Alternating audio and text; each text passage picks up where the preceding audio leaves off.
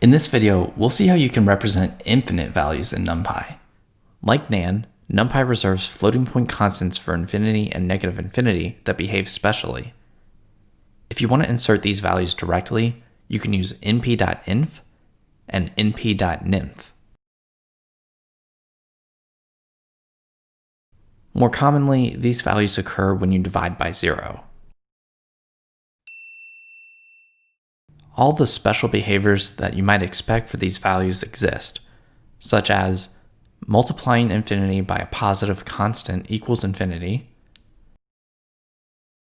adding infinity to infinity equals infinity, subtracting infinity from infinity has undefined behavior and produces nan, and dividing infinity by infinity has undefined behavior and produces nan. Unlike nan, positive infinity equals positive infinity, and negative infinity equals negative infinity.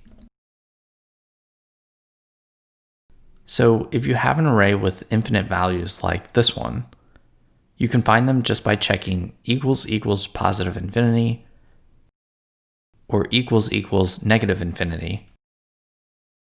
Alternatively, you can use the functions isPosInf, isNegInf, and isInf.